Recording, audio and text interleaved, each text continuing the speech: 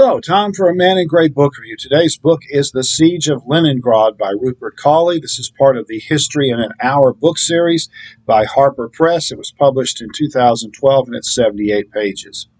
St. Petersburg was founded in the early 1700s by the Russian Tsar Peter the Great. It soon became the capital of the Russian Empire, and not only was it the political capital of Russia, it was also the cultural and intellectual capital. This is where most of the great artists and intellectuals of the day settled. But it was also the precursor, in a way, to the Bolshevik Revolution. In 1905, dock workers and other workers laid down their tools and protested working conditions and assembled at the Winter Palace to hand in a protest letter to the Tsar, and they were met with violence. They were fired on, and many of them were killed. And this was the beginning of a failed coup attempt, the 1905 failed revolution. When the Bolsheviks did seize power of Russia during World War I, they moved the capital from St. Petersburg to Moscow. And after Lenin's death in 1924, St. Petersburg was renamed Leningrad, and in honor of the early 1905 attempted revolution. When World War II began and Hitler decided to invade the Soviet Union, he was particularly interested in Leningrad. He wanted to wipe the city off the face of the map because he despised it, not only because it was named after Lenin or for Lenin, but because of its historical role in the Bolshevik Revolution. But he knew that sending troops into Leningrad, fighting street to street, would be incredibly bloody and costly. And so, since he wasn't planning on doing anything with the city anyway, destroying it, he ordered his troops to surround the city and starve it out. Thus began the biggest siege in modern history, the Siege of Leningrad, which is the topic of this book.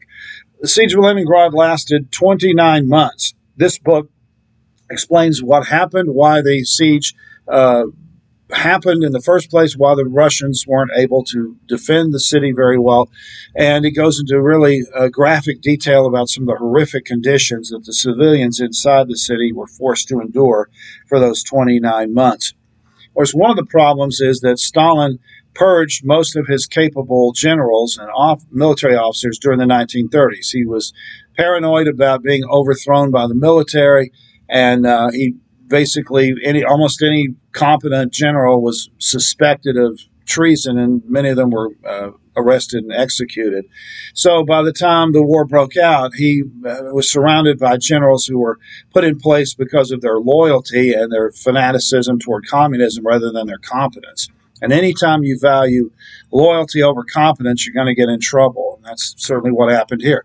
It was not at all difficult for the Wehrmacht to surround Leningrad and gradually seal it off. The conditions were made even worse because the generals inside Leningrad who were in charge of defending the city did a horrible job. Most of the food was stored in wooden buildings that were right next to each other. Instead of dispersing the food throughout the city, they kept it in one place. And Luftwaffe planes came in and bombed it and burned it all. And so conditions that were already bad became much worse because of the incompetence of the Russian defenders. The city never was completely cut off because they were able, when the winter came, to build a road across a frozen lake and haul some supplies in that way, but it wasn't nearly enough. In the early days, before the city was completely cut off, there were some people evacuated, mostly children. This is another tragic thing. Stalin decided that the women needed to stay behind in Leningrad and work to help the defense, and so he separated small children from their mothers, which had a huge devastating effect on the morale there.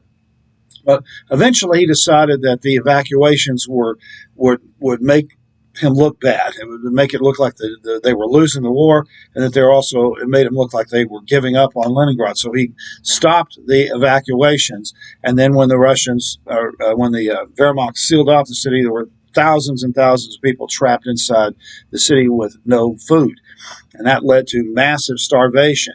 As the book, as Cawley describes in his book, they went from eating their pets to catching rats and mice to eating wallpaper paste. Even the boiling the pages of books and eating those. And some people even turned to cannibalism, cutting up the bodies of the dead and eating parts of them. It's just unbelievably horrific suffering. Eventually, though, they were able to break the blockade in January of 1949. Not, I'm sorry, 1942.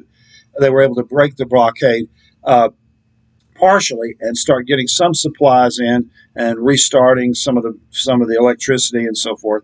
But the final ending of the siege of Leningrad didn't occur until January of 1944. When after the Battle of Stalingrad, the Germans were finally pushed backwards, and by early 1944, the city was finally liberated after as many as 1 million people died. The exact number of deaths is not completely known, but it was probably at least 1 million, which is more than the entire death toll of Hiroshima and Nagasaki during the atomic bombings. So it's a grim story, but it's an important story that needs to be told. At the end of the book, there's a timeline that explains what happened during the siege, and there's brief biographies of the major characters involved. There's also a chapter in here about Dmitri Shostakovich, the great Soviet composer. He was living in Leningrad during the early days of the siege, and he began writing a symphony to encourage the people there. It became his Symphony Number 7, the Leningrad Symphony. Eventually, Stalin ordered him to be evacuated, and he completed the symphony in outside of Leningrad. And it was performed outside of Leningrad, but they decided, for propaganda reasons, to stage a performance of the symphony in the city of Leningrad. And the only orchestra that was available to perform it was the Leningrad Radio Orchestra. But when the conductor got the orchestra together, he discovered that of the 100 or so people in the orchestra, only 14 were still alive. The rest had all died from starvation or the bombings from the Germans. And so he was able to scrounge up some musicians from soldiers from the Red Army and stage a performance of the Leningrad Symphony during the middle of the siege. So it was a great propaganda victory.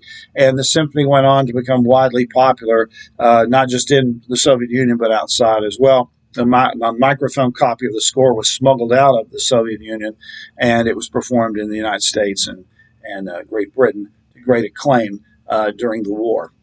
So, story of the Siege of Leningrad, important story, but not a very cheerful one. The book is The Siege of Leningrad. The author is Rupert Coley. This has been another Man in Gray book review. Thanks for watching.